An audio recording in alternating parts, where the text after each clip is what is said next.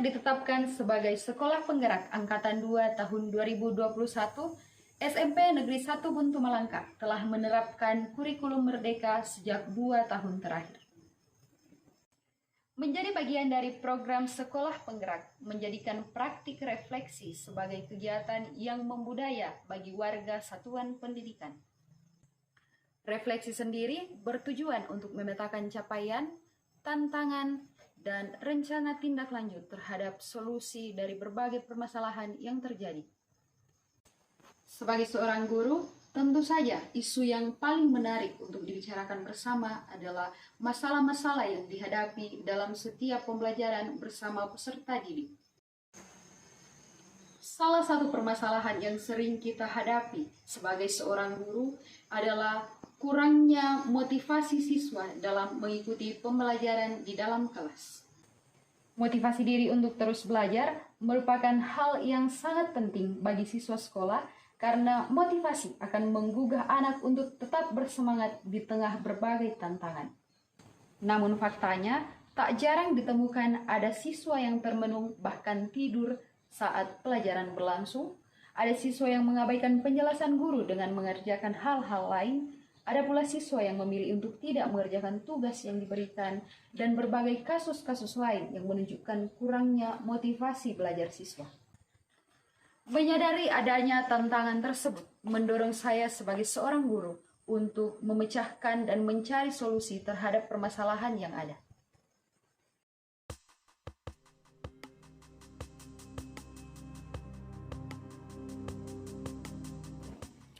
Diawali dengan menyampaikan maksud dan tujuan kepada kepala sekolah dan rekan-rekan guru lainnya. Hal ini penting mengingat dukungan dari berbagai pihak sangat dibutuhkan untuk kelancaran proses aksi ini. Melalui refleksi diri dan refleksi bersama rekan guru, akhirnya ditemukan akar masalah dan solusi dari tantangan kurangnya motivasi belajar siswa.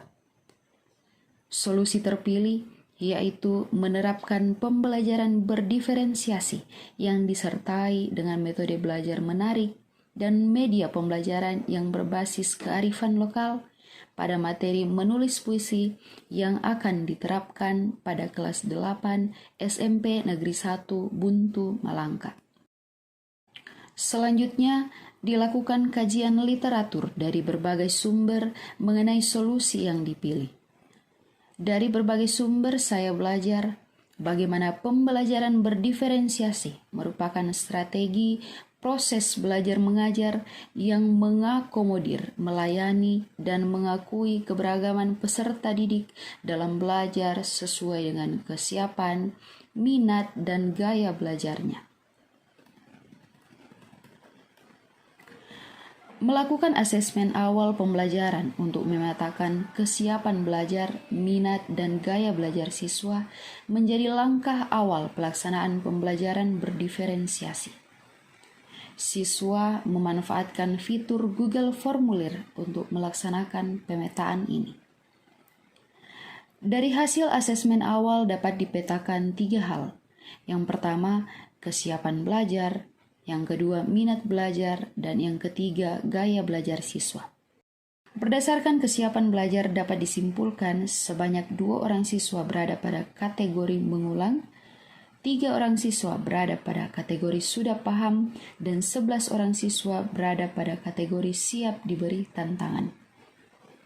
Berdasarkan minat belajar siswa dapat dikelompokkan 7 orang siswa yang menyukai seni dan 9 orang siswa yang menyukai alam. Berdasarkan gaya belajar siswa dapat dikelompokkan 4 orang siswa yang memiliki gaya belajar kinestetik, 5 orang siswa yang memiliki gaya belajar auditori, dan 7 orang siswa yang memiliki gaya belajar visual. Setelah berhasil memetakan kesiapan belajar, minat, dan gaya belajar siswa, selanjutnya guru menyusun modul ajar yang dilanjutkan dengan pelaksanaan kegiatan pembelajaran berdiferensiasi. Pada kegiatan awal pembelajaran, guru menstimulasi peserta didik dengan beberapa pertanyaan pemantik dan menanyakan pengetahuan peserta didik tentang materi pada pertemuan sebelumnya. Setelah menyampaikan tujuan pembelajaran, kelas dibagi dalam 3 kelompok berdasarkan kesiapan belajar siswa. Peserta didik lalu mengumpulkan informasi dari berbagai materi yang telah disediakan guru. Peserta didik dalam kelompok yang terdiri dari gaya belajar yang beragam akan menggali informasi melalui buku, materi, bacaan, dan video sesuai dengan gaya belajar yang beragam tersebut. Pendampingan bagi siswa dengan kategori nilai mengulang perlu diintensifkan menyusul peserta didik dengan kategori paham. Sementara bagi peserta didik dengan kategori nilai siap diberi tantangan akan menjadi tutor sebaya bagi 2 kategori peserta didik lainnya.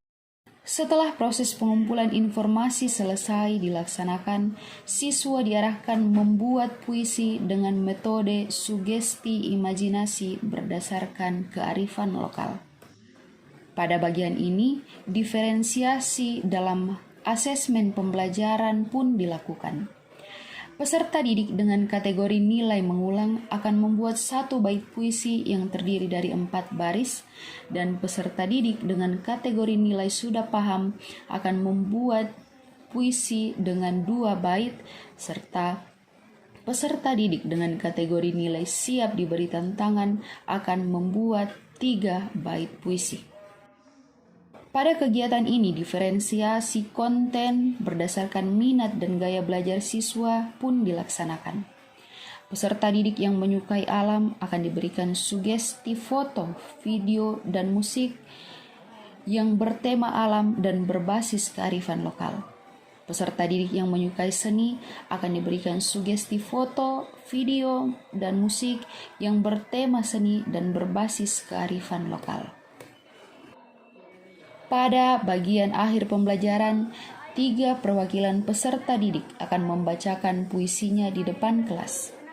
Kemudian, guru akan memeriksa pekerjaan seluruh siswa dan memberikan apresiasi terhadap hasil kerja peserta didik. Selanjutnya, guru akan memimpin untuk melakukan refleksi pembelajaran dan memberikan umpan balik. Pembelajaran akan ditutup dengan bersyukur melalui doa dan mengucapkan salam. Pembelajaran berdiferensiasi ini difokuskan pada diferensiasi proses, konten, dan asesmen. Diferensiasi ini dilengkapi dengan metode belajar sugesti imajinasi dan media belajar berbasis kearifan lokal.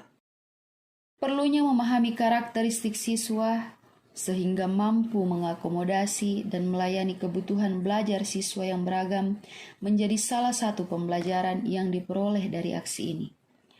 Antusias siswa yang terlihat sepanjang pembelajaran dan tercapainya tujuan pembelajaran menjadi salah satu motivasi untuk terus mengembangkan pembelajaran berdiferensiasi. Mari terus belajar untuk mewujudkan generasi bangsa yang berkualitas.